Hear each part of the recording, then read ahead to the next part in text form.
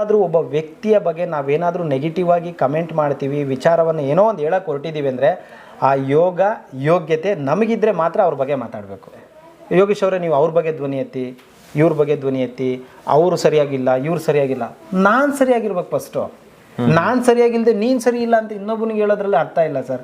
ನಾನು ಅಂಥವ್ರಿಗೆ ಒಂದೇ ಮಾತು ಹೇಳ್ತೀನಿ, ತಾಕತ್ತಿದ್ದರೆ ಒಂದು ದಿನ ನಿಮ್ಮ ಅಪ್ಪ ಅಮ್ಮನಿಗೆ ಊಟ ಹಾಕಿ ಕರೆಕ್ಟಾಗಿ. ನಾವು ಕಾಲ್ಗೆ ಹಾಕೋ ಚಪ್ಪಲಿನ ಶೋರೂಮಲ್ಲಿ ಇಡ್ತಾ ಇದ್ದೀವಿ, AC ಹಾಕ್ತಾ ಇದ್ದೀವಿ, ಅದಕ್ಕೆ ಅದೇ ನಮ್ಮ ಎತ್ತು ತಂದೆ ತಾಯಿನ ತೊಗೊಂಡೋಗಿ ಕಸದ ಬುಟ್ಟಿ ಹತ್ರ ಬಿಡ್ತಾ ಇದ್ದೀವಿ. ಅಲ್ಲ, ಸತ್ತ ಮೇಲೆ 11 ದಿವಸದ ತಿಥಿಗೆ ತಿಂತಿದ್ದು, ಕುಡಿತಿದ್ದು, ಮಾರ್ತಿದ್ದು, ಎಲ್ಲ ತೇಲ್ತಿದ್ದು, ಈಜ್ತಿದ್ದು ಎಲ್ಲ ತಗೊಬಂದು ಅವ್ರು ಎದೆ ಮೇಲೆ ಹಾಕ್ತಾರೆ. ಏನು ಇದು ಬಿಲ್ಡಪ್ ಅಲ್ಲ, ಈಗ ನೀವು ಕ್ಯಾಮ್ರಾ ಇಟ್ಟಿದ್ದೀರ ಅನ್ನೋ ಕಾರಣಕ್ಕೆ ಏನೋ ಸಿಂಪತಿಗೆ ಮಾತು ಹೇಳಬೇಕಾಗಿಲ್ಲ. ನಾವು ತುಂಬ ಕಷ್ಟ ನೋಡ್ಬಿಟ್ಟಿದ್ದೀವಿ ಸರ್. ನಾವು ಸೀಕು ತಿಂದ್ಬಿಟ್ಟಿದ್ದೀವಿ. ಸೀಕು ಅಂದರೆ ಎಷ್ಟೋ ಜನಕ್ಕೆ ಗೊತ್ತೇ ಇಲ್ಲ. ಇಲ್ಲಿ ಮುದ್ದೆ ಕೆಳಗಡೆ ಸೀಕ್ ಅಂತ ಇರುತ್ತೆ, ಆ ಸೀಕೆಲ್ಲ ತಿಂದಿದ್ದೀವಿ ನಾವು. ಆ ಜೀವನ ನೋಡಿದ್ದೀವಿ, ನಮ್ಗೆ ಅದ್ರ ಕಷ್ಟ ಏನಂತ ಗೊತ್ತಿದೆ. ನಮ್ಮಮ್ಮ ಪಕ್ಕದ ಮನೆಗೆ ಹೋಗಿ 1 ಲೋಟ ಅಕ್ಕಿ, ಅರ್ಧ ಲೋಟ ಸಕ್ಕರೆ, ಅರ್ಧ ಲೋಟ ಎಣ್ಣೆ ಇಸ್ಕೊಂಬಂದಿರೋ ದಿನಗಳನ್ನ ನಾವು ತುಂಬ ನೋಡಿದ್ದೀವಿ. ಇವತ್ತು ಮೂಟೆಗಟ್ಟಲೆ ಅಕ್ಕಿ ಇಲ್ಲಿ ಬಿದ್ದಿದೆ, ಬಟ್ ನಮಗೆ ತಿನ್ನೋಕ್ಕೆ ಟೈಮ್ ಇಲ್ಲ ಸರ್. ಯಾಕೆಂದರೆ ನಾವು 100 ಜನದ ಜೊತೆ ಬದುಕ್ತಾ ಇದ್ದೀವಿ, 100 ಜನಕ್ಕೆ ಏನೋ ಮಾಡ್ಬೇಕು ಅಂದ್ಕೊಂಡಿದ್ದೀವಿ ಅಂದಾಗ ಇಲ್ಲಿಗೆ ಬರುವಂಥ ಪ್ರತಿ 1 ರೂಪಾಯಿಗೂ ಅಷ್ಟೇ ಪ್ರಾಮುಖ್ಯತೆ ಇದೆ, ಅಷ್ಟೇ ಗೌರವ ಕೊಡ್ತೀವಿ ನಾವು ಕೊನೆ ಉಸಿರಿರೋ ಗಂಟನೂ ಅದನ್ನು ಯಾವತ್ತೂ ಧಕ್ಕೆ ಬರ್ದಂಗೆ ನೋಡ್ಕೊತೀವಿ. ನಮ್ಮ ಕೊನೆ ಉಸಿರು ಸರ್. ಇವತ್ತು ನಾನು ಒಂದೇ ಮಾತು ಹೇಳಿದೆ, ನಾವು ಸತ್ತಾಗ ನಮ್ಮಿಂದ ದುಡ್ಡು ಬರಲ್ಲ ಸರ್. ನೀವು ಎಷ್ಟು ಕೋಟಿ ರೂಪಾಯಿಗೆ ನಾವು ಬದುಕಿದ್ರು ನಾವು ತೊಗೊಂಡೋಗ್ಬೇಕಾರೆ, ನಮ್ಮನ್ನು ಎತ್ಕೊಂಡು ಹೋಗ್ಬೇಕಾರೆ ನಮ್ಮ ಕಾಲಲ್ಲಿ ಚಪ್ಪಲಿ ಇರಲ್ಲ. ಒಂದೇ ಮಾತಲ್ಲಿ ಹೇಳಬೇಕು ಅಂದರೆ, ಇನ್ನೂ ಒಂದು ಮಾತಲ್ಲಿ ಹೇಳ್ಬೇಕಂದ್ರೆ, ಎಷ್ಟು 500 ರೂಪಾಯಿ ಕಂತೆ, 2000 ರೂಪಾಯಿ ಕಂತೆ ಇದೆ ಅಂದ್ರೂ ಹಣೆ ಮೇಲೆ ಇಕ್ಕೋದು 1 ರೂಪಾಯಿ ಕಾಯಿನು. ಆ 1 ರೂಪಾಯಿ ಕಾಯಿನ್ ಬಿಟ್ಟು ಬೇರೆ ಏನಾದರೂ ಇಡ್ತಾರಾ ಸರ್? ಈಗ 500 ರೂಪಾಯಿ, 1000 ರೂಪಾಯಿ ಬಂಡಲ್ ಇದೆ, ಅವ್ರ ಮನೇಲಿ ಏನ್ಬಿಟ್ಟು ತೊಗೊಂಡು ಚಿನ್ನ, ವೈಡೂರ್ಯ, ವಜ್ರ ಎಲ್ಲ ತಗೊಂಡು ಬಿಡಲ್ಲ. ಸೊ ಈ ಸತ್ಯ ಗೊತ್ತಿದೆ. ಎಲ್ಲರೂ ಅನ್ಕೋತಾರೆ, ನಾನು ಹೆಂಗಾಗಿದ್ದೀನಿ, ಬ್ಯೂಟಿಫುಲ್ಲಾಗಿ ಕಾಣಿಸ್ತಾ ಇದ್ದೀನಿ, ಮತ್ತು ನನಗೆ ಏಜು ಬಾರೇ ಆಗ್ತಾಯಿಲ್ಲ, ನಾನು ತುಂಬ ಹೆಂಗಾಗಿ ಕಾಣಿಸ್ತಾ ಇದ್ದೀನಿ. ಬಟ್ ಪ್ರತಿದಿನ ಸಾವಿಗೆ ಹತ್ರ ಆಗ್ತಾ ಇದೀವಲ್ಲ ಸರ್. ಪ್ರತಿ ಸೆಕೆಂಡ್ ಸಾವಿಗೆ ಹತ್ರ ಆಗ್ತಾಯಿದ್ದೀವಿ. ನಿಮ್ಮ ಹತ್ರ ನಾನು ಇವತ್ತು 2 ಅವರ್ ಮಾತಾಡಿದೆ, 2 ಅವರ್ ಸಾವಿಗೆ ಹತ್ರ ಅದೇ ನಾನು. ಈ ಸತ್ಯ ನಮಗೆ ಗೊತ್ತಿದೆ. ನಾವು ಪ್ರತಿದಿನವೂ ನಾವು ಕಳೀತಾ ಇದ್ದೀವಿ. ನನಗೆ ವರ್ಷ 10 ವರ್ಷ, 20 ವರ್ಷ, 50 ವರ್ಷ, 30 ವರ್ಷ ಏನೋ ಹೇಳ್ತಾರೆ. ಬಟ್ ನೀನು ಪ್ರತಿದಿನವೂ ಸಾವಿಗೆ ಹತ್ರನೇ ಆಗ್ತಾ ಇದೆಯಲ್ಲ. ಆ ಸಾವಿನ ದಿನಗಳನ್ನ ನಾವು ಬರ್ತಾ ಇದೆ, ಯಾವತ್ತು ಬರುತ್ತೆ ಗೊತ್ತಿಲ್ಲ ಅಷ್ಟೇ. ಸೊ ಹಂಗಾಗಿ ನಾನು ಒಂದೊಂದು ಅರ್ಥ ಮಾಡ್ಕೊಂಡಿರೋದ್ರಿಂದ ಏನಂದರೆ, ಎಷ್ಟು ಕೋಟಿ ದುಡ್ಡು ಮಾಡಿದ್ರೂ ಈ ಸಮಾಜದಲ್ಲಿ ಮಣ್ಣಿಗೆ ಹೋಗ್ಬೇಕಾಗಿರೋದ್ರಿಂದ ವಿಮಾನ ಎಷ್ಟೇ ಮೇಲಾರಾಡಲಿ ಕೆಳಗಿಳಿಲೇಬೇಕು. ಭೂಮಿ ಆರಂಭ ಮತ್ತು ಅಂತ್ಯ ಭೂಮಿನೇ. ಎಷ್ಟೇ ಮೇಲೆ ಹೋಗ್ಬೋದು ಸರ್ ಅದು. ಹೌದು, ವಿಮಾನಕ್ಕೆ ಎಂಥ ತಾಕತ್ತಿರ್ಬೋದು, ಎಷ್ಟೇ ಶಕ್ತಿ ಇರ್ಬೋದು, ಎಷ್ಟೇ ಕೋಟಿ ರೂಪಾಯಿ ಬೆಲೆ ಬಾಳ್ಬೋದು, ಎಷ್ಟು ಮೇಲೆ ಬೇಕಾದ್ರೂ ಹೋಗಲಿ, ಅದು ಆರಂಭ ಮತ್ತು ಅಂತ್ಯ ಭೂಮಿಯನ್ನ ಯಾವ ವ್ಯಕ್ತಿಯೂ ಕೂಡ ಮರಿಬಾರ್ದು. ಇದನ್ನು ಆ ಥರ ಒಂದು ಸಿಂಪ್ಲಿಸಿಟಿಯಲ್ಲಿ ಬದುಕಬೇಕಂತ ಆಸೆ ಪಟ್ಟಿರೋರು. ಮತ್ತು ನಾವು ಮಾತಾಡೋ ಮಾತಿಂದ ಕೆಲವ್ರಿಗೆ ಅದು ಏನು ಅನಿಸುತ್ತೋ ಗೊತ್ತಿಲ್ಲ, ಬಟ್ ನಮ್ಮಿಂದ ಒಂದಷ್ಟು ಜನ ಇನ್ಸ್ಪೈರ್ ಆಗಲಿ ಅಂತಲೇ ಈ ಕೆಲಸನ ಆಯ್ಕೆ ಮಾಡ್ಕೊಂಡಿರೋಂಥದ್ದು. ಮತ್ತು ಪ್ರಪಂಚದಲ್ಲೇ ಒಂದೇ ಒಂದು ಮಾತು ಹೇಳ್ತೀನಿ ಸರ್, ಇಂಥ ಹೆಣ್ಮಕ್ಳು ಎಲ್ರಿಗೂ ಸಿಗಲ್ಲ. ನಾನು ಅದನ್ನೇ ಕೇಳಿದ್ದು. ಈಗ ನಿಮ್ಗೆ ಆಲೋಚನೆ ಬರ್ಬೋದು, ಅವ್ರಿಗೂ ಬರಲೇಬೇಕು ಅಂತ ಇಲ್ಲ. ಅದೇ ಹೇಳಿದ್ನಲ್ಲ ಸರ್, ಕೋಟಿ ರೂಪಾಯಿ ದುಡ್ಡಿದ್ರು, ಅಥವಾ ಅವ್ನು ತುಂಬ ಓದಿದ್ದಾನೆ, ಅಬ್ರಾಡಲ್ಲಿ ಕೆಲಸ ಮಾಡ್ತಾನೆ, ಇಂಜಿನಿಯರ್ ಆಗಿದ್ದಾನೆ, ಡಾಕ್ಟರ್ ಆಗಿದ್ದಾನೆ, ಕಲೆಕ್ಟರ್ ಆಗಿದ್ದಾನೆ, 5 ಲಕ್ಷ ಸಂಬಳ ಬರುತ್ತೆ ಅಂತ ಏನಾದರೂ ಹುಡುಕಿದ್ರು ಕೂಡ ಇಂಥ ಹುಡುಗಿ ಸಿಗಲ್ಲ. ಯಾಕೆ ಅಂದರೆ ಈ ಒಂದು ಕಷ್ಟದ ದಿನಗಳಲ್ಲಿ ಜೊತೆಲಿದ್ದರು. ಕಷ್ಟದ ದಿನಗಳಲ್ಲಿ ಜೊತೆಲಿರೋದು ತುಂಬ ಮುಖ್ಯ ಸರ್. ಈಗ ಸಕ್ಸಸ್ ಆದಾಗ, ಜನಸ್ನೇಹಿ ಯೋಗೇಶ್ ಆದಾಗ ಇರೋದು ದೊಡ್ಡ ವಿಚಾರ ಏನಲ್ಲ. ನಾವು ಏನೂ ಇಲ್ಲದೆ ಇರೋವಂಥ ಸಂದರ್ಭದಲ್ಲಿ, ತುಂಬ ಕಷ್ಟದಲ್ಲಿದ್ದಾಗ ಅವರು ನಮ್ಮ ಜೊತೆ ನಿಂತರು. ಅವ್ರು ನಿಂತಿದ್ದಕ್ಕೆ ಮೇ ಬಿ ಈ ಒಂದು ಸಂಸ್ಥೆ ಈ ಮಟ್ಟಕ್ಕೆ ಬಂದಿರ್ಬೋದು. ಯಾಕೆಂದರೆ ಹೆಣ್ಣು ಮುನಿದರೆ ನಾರಿ ಒಲಿದರೆ ಅದೇನೋ ಅಂತಾರಲ್ಲ, ಆ ಥರ ಒಲಿದರೆ ಲಕ್ಷ್ಮೀನ ಆ ಥರ. ಸೊ ಹೆಣ್ಮಕ್ಳಲ್ಲಿ ಆ ಶಕ್ತಿ ಇದೆ.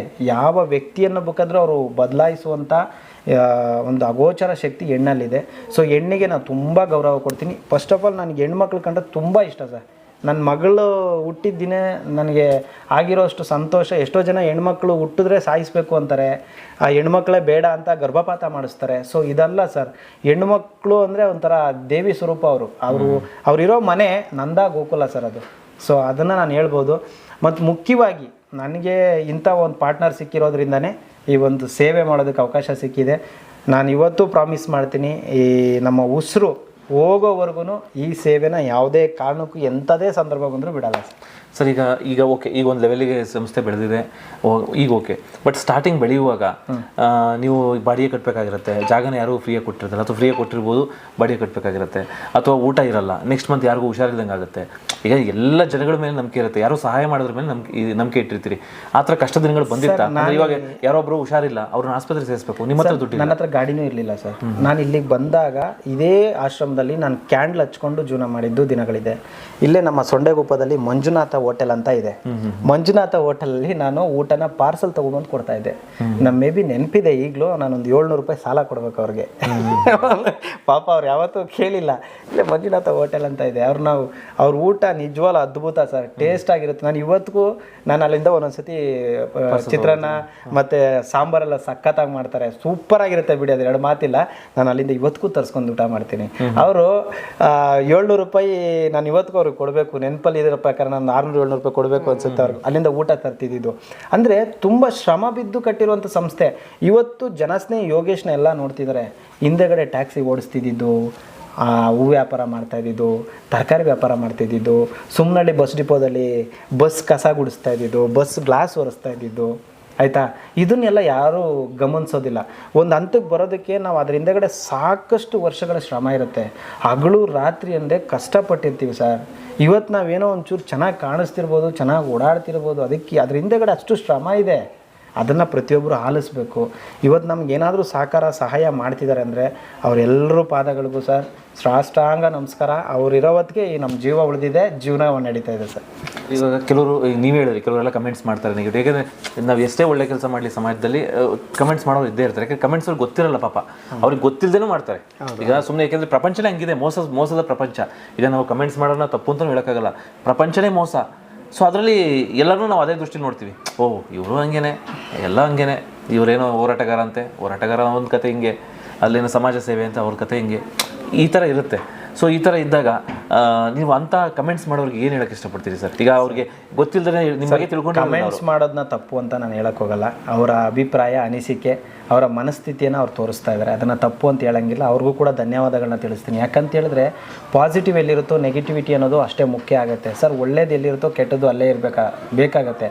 ಈಗ ವೀರಪ್ಪನವ್ರಿಗೂ ಅಭಿಮಾನಿಗಳು ತುಂಬ ಜನ ಇದ್ದಾರೆ, ಹಾಗೆ ಸಾಕಷ್ಟು ಜನ ಹೋರಾಟಗಾರರಿಗೆ, ಸಾಧಕರಿಗೂ ಅಷ್ಟೇ ಅಭಿಮಾನಿಗಳಿದ್ದಾರೆ. ಯಾಕೆ ಈ ಮಾತು ನನ್ನ ಬಾಯಲ್ಲಿ ಅಂದರೆ, ಇವತ್ತು ನಮ್ಮನ್ನು ಕೆಟ್ಟದಾಗಿ ನೋಡ್ತಾ ಇದ್ದಾರೆ ಅಂದರೆ ಅದನ್ನು ನಾನು ವಿರೋಧಿಗಳು ಅವರು ಅಂತ ನಾನು ತಿಳ್ಕೊಳಕ್ಕಾಗಲ್ಲ. ಅವರು ನಮ್ಮ ಬೆಂಬಲಿಗರು, ಅವರಿಂದನೇ ಒಂದಷ್ಟು ಜನರಿಗೆ ನಮ್ಮ ಬಗ್ಗೆ ವಿಚಾರಗಳು ತಿಳಿತಾ ಇರುತ್ತೆ. ಸೊ ಹಂಗಾಗಿ ಅವ್ರನ್ನ ನಾವು ಯಾವಾಗಲೂ ಪ್ರೀತಿಸಬೇಕಾಗತ್ತೆ. ನಾನು ಅವ್ರನ್ನ ಗೌರವಿಸ್ತೀನಿ. ವಿಶೇಷವಾಗಿ ನಾನು ಯಾಕೆ ಒಂದು ಸಂದರ್ಶನದಲ್ಲಿ ಈ ಒಂದು ಮಾತು ಹೇಳೋಕ್ಕೆ ಇಷ್ಟಪಡ್ತೀನಿ ಅಂದರೆ, ಯಾವುದಾದ್ರೂ ಒಬ್ಬ ವ್ಯಕ್ತಿಯ ಬಗ್ಗೆ ನಾವೇನಾದರೂ ನೆಗೆಟಿವ್ ಆಗಿ ಕಮೆಂಟ್ ಮಾಡ್ತೀವಿ, ವಿಚಾರವನ್ನು ಏನೋ ಒಂದು ಹೇಳೋಕೆ ಹೊರಟಿದ್ದೀವಿ ಅಂದರೆ ಆ ಯೋಗ್ಯತೆ ನಮಗಿದ್ರೆ ಮಾತ್ರ ಅವ್ರ ಬಗ್ಗೆ ಮಾತಾಡಬೇಕು. ಇಲ್ಲ ಅಂದರೆ ಅದಕ್ಕೆ ಅರ್ಹತೆ ಇಲ್ಲ ಅಂತ ಅರ್ಥ.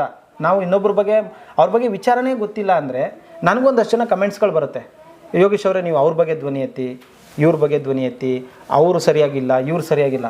ನಾನು ಸರಿಯಾಗಿರ್ಬೇಕು ಫಸ್ಟು. ನಾನು ಸರಿಯಾಗಿಲ್ಲದೆ ನೀನು ಸರಿ ಇಲ್ಲ ಅಂತ ಇನ್ನೊಬ್ಬನಿಗೆ ಹೇಳೋದ್ರಲ್ಲಿ ಅರ್ಥ ಇಲ್ಲ ಸರ್. ನಾನು ಅಂಥವ್ರಿಗೆ ಒಂದೇ ಮಾತು ಹೇಳ್ತೀನಿ, ತಾಕತ್ತಿದ್ದರೆ ಒಂದು ದಿನ ನಿಮ್ಮ ಅಪ್ಪ ಅಮ್ಮನಿಗೆ ಊಟ ಹಾಕಿ ಕರೆಕ್ಟಾಗಿ. ಇಲ್ವಾ, ಬೀದಿಲಿ 4 ನಾಯಿ ಇರ್ತಾವಲ್ಲ, ಒಂದು ವಾರ, ಒಂದು ದಿನನೂ ತಪ್ಪದೆ ಬೀದಿಲಿರೋ 4 ನಾಯಿಗಳಿಗೆ ಕರೆಕ್ಟಾಗಿ ಒಂದು ವಾರ ಊಟ ಹಾಕಿ. ಅದ್ರ ವ್ಯಾಲ್ಯೂ ಏನೋ, ಅದ್ರ ಕಷ್ಟ ಏನೋ, ಅದ್ರ ಪರಿಶ್ರಮ ಏನು ಅಂತ ಅವಾಗ ಜನಕ್ಕೆ ಅರ್ಥ ಆಗ್ತದೆ. ಒಂದಷ್ಟು ಜನಕ್ಕೆ, ಎಲ್ರಿಗೂ. ಅಂದ್ರೆ ಈ ಮಾತು ಯಾವ ತಂದೆ ತಾಯಿಗೆ ನೋಡ್ಕೊಳ್ಳೋರು ಅಂತವ್ರಿಗೆ ಕೆಲವರು ಕಮೆಂಟ್ ಮಾಡ್ಬೋದು, ನನ್ನ ತಂದೆ ತಾಯಿ ಸಾಕ್ತೀನಿ.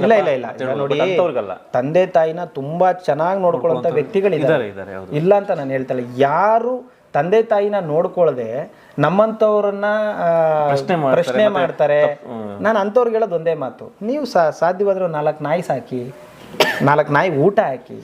ಇವತ್ತು ಸರ್ ಎಂಥ ಪರಿಸ್ಥಿತಿ ನಮ್ಮ ಸಮಾಜದಲ್ಲಿ ನಿರ್ಮಾಣ ನೋಡಿ ಸರ್. ನಾನು ಇದನ್ನು ಹೇಳ್ಬಾರ್ದು, ನನ್ನ ಬಾಯಲ್ಲಿ ಬರಬಾರ್ದೋ ನನಗೆ ಗೊತ್ತಿಲ್ಲ ಸರ್. ನಾವು ಕಾಲ್ಗೆ ಹಾಕೋ ಚಪ್ಪಲಿನ ಶೋರೂಮಲ್ಲಿ ಇಡ್ತಾ ಇದ್ದೀವಿ, AC ಹಾಕ್ತಾ ಇದ್ದೀವಿ. ಅದಕ್ಕೆ ಅದೇ ನಮ್ಮ ಎತ್ತು ತಂದೆ ತಾಯಿನ ತೊಗೊಂಡೋಗಿ ಕಸದ ಬುಟ್ಟಿ ಹತ್ರ ಬಿಡ್ತಾ ಇದ್ದೀವಿ. ಇದನ್ನ ಅಷ್ಟನ್ನು ತಪ್ಪಾಗಿ ಭಾವಿಸ್ಬಾರ್ದು ಅಥವಾ ನೆಗೆಟಿವ್ ಆಗಿ ಅನ್ಕೋಬಾರ್ದು. ಇವತ್ತು ತಂದೆ ತಾಯಿ ಎಲ್ಲಿ ಮಲಗ್ತಿದ್ದಾರೆ, ಕಸಕ್ಕಿಂತ ಕಡೆಯಾಗಿ ಬೀದಿಗಳಲ್ಲಿ ಬೆಡ್ಶೀಟ್ ಇಲ್ದಂಗೆ ಮಲಗ್ತಾ ಇದ್ದಾರೆ. ನಾಯಿ ಕೊಡೋ ಪ್ರೀತಿನೂ ತಂದೆ ತಾಯಿ ಕೊಡ್ತಾ ಇಲ್ಲ ಕೆಲವರು. ಇದು ಖಂಡಿತ ಸರ್. ನಾಯಿ ಕೊಡೋ ಪ್ರೀತಿ, ಮನೆಗಳಲ್ಲಿ ನಾಯಿನ ಮುದ್ದು ಮಾಡ್ತಾರೆ, ತಂದೆ ತಾಯಿಗೆ ಒಂದಿನೂ ಊಟ ಕೊಡಲ್ಲ. ಸತ್ತ ಮೇಲೆ 11 ದಿವಸದ ತಿಂತಿದ್ದು, ಕುಡಿತಿದ್ದು, ಮಾರ್ತಿದ್ದು, ಎಲ್ಲ ತೇಲ್ತಿದ್ದು, ಈಜ್ತಿದ್ದು ಎಲ್ಲ ತಗೊಂಬಂದು ಅವ್ರ ಎದೆ ಮೇಲೆ ಹಾಕ್ತಾರೆ. ಬದುಕಿದ್ದಾಗ ಯಾವತ್ತಾದ್ರೂ ಒಂದು ದಿನ ತಂದೆ ತಾಯಿನ ಕೂರಿಸಿ ನೋಡಪ್ಪ ಇಲ್ಲಿ 25 ಐಟಮ್ ಇದೆ, ಈ 25 ಐಟಮ್ ಯಾವ್ದು ಬೇಕು ನೀನು ತಿನ್ನು ಅಂತ ಯಾವ ವ್ಯಕ್ತಿ, ನಾನು ಇನ್ಕ್ಲೂಡಿಂಗ್ ನಾನು ಸೇರಿಸ್ಕೊತೀನಿ. ಸರ್ ಈ ಪ್ರಶ್ನೆಗೆ ನನ್ನ ಅನುಭವದ ಒಂದು ಮಾತು, ಕೆಲವ್ರು ಹೇಳ್ತಾರೆ ಅವ್ರು ಇರೋವರೆಗೂ ಚೆನ್ನಾಗಿ ನೋಡ್ಕೋಬೇಕು ಅಂತ ಅಂದ್ರೆ ಎಲ್ಲ ತಿಂದೇ ಸತ್ಬಿಡ್ತೀನಿ ನೀನು. ಕೆಲವ್ರು ಬೈತಾರೆ ಎಲ್ಲ ತಿಂದೇ ಸತ್ಬಿಡು ನೀನು, ಮಕ್ಕಳಿಗೇನು ಉಳಿಸ್ಬೇಡ, ಅದು ತಿನ್ಬೇಕು ಇದು ತಿನ್ಬೇಕು ಅಂತಾರೆ. ಬಟ್ ಅದೇ ಆ ವ್ಯಕ್ತಿ ಸತ್ತ ಮೇಲೆ ಅವ್ರು ನೀವು ಹೇಳಿದ್ರಲ್ಲ ತಂದೆಲ್ಲ ಇಡ್ತಾರೆ, ಆಗ ಇಡಬೇಡಿ, ಬೇಡ ನಿಮ್ಮ ಹತ್ರ ಇಲ್ವಾ ದೊಡ್ಡ ಬೇಗ ಇಡಬೇಡಿ, ಇವಾಗ ತಿನ್ಸಿ ಚೆನ್ನಾಗಿ ಇರೋವರೆಗೂ ನೋಡಿ ಸರ್. ನೀವು ಮುಷ್ಟಾನ ಕೊಡ್ಬೇಕಂತಿಲ್ಲ ಸರ್, ಅವ್ರಿಗೇನು ಚಿನ್ನದ ಕಿರೀಟ ಹಾಕ್ಬೇಕು ಅಂತಿಲ್ಲ, ಕನಿಷ್ಠ ಪಕ್ಷ ಊಟ ಮನೆಯಿಂದ ಆಚೆ ಹಾಕ್ದಂಗೆ 2-3 ಹೊತ್ತು ಆಗಲಿಲ್ಲ ಅಂದರೆ 2 ಟೈಮ್ ಊಟ ಕೊಟ್ಟು ಅವ್ರನ್ನ ನೋಡ್ಕೊಬೇಕು. ಈಗ ಉದಾಹರಣೆ ನಾವು ಸಾಕಷ್ಟು ವಿಚಾರಗಳನ್ನು ನಾವು ಕಾಗೆ ಬಂದ್ಬಿಡ್ತು, ಒಂದು ಮನೆ ಹತ್ರ ಬಂದು ಕಾವು ಅಂತ ಬಡ್ಕೊಂತ ಇದೆ, ನೀವೇನಂತೀರ ಅವಾಗ? ಏನೋ ಅಪುಶಕುನ ಅನಿಷ್ಟ, ಏನಪ್ಪ ಕಾಗೆ ಬಂದು ಮನೆ ಹತ್ರ ಬಡ್ಕೊತಾ ಇದೆ, ನೀವು ಊಟ ಮಾಡ್ತಾ ಇರ್ತೀರ, ಕಾಗೆ ಬಂದು ಬಡ್ಕೊತಾ ಇರುತ್ತೆ, ಆ ಎಂಜಿಲ್ ಕೈಯಲ್ಲೇ ಕಾಗೆನ ಓಡಿಸ್ಬಿಡ್ತೀರಾ, ಏಯ್ ಹೋಗಿ ನೀನು ಆಚೆ ಅಂತ. ಅದೇ ನೀವು ಹೇಳ್ತಿರೋದು ತೀರೋದ್ಮೇಲೆ ಅದೇ ಕಾಗೆ ಬಂದು ನಮ್ಮ ಪಿಂಡ ತಿನ್ನಬೇಕು, ಅಲ್ಲಿವರೆಗೂ ಕಾಯ್ಕೊಂಡು ಕೂತ್ಕೊಂತಾರೆ ಜನ.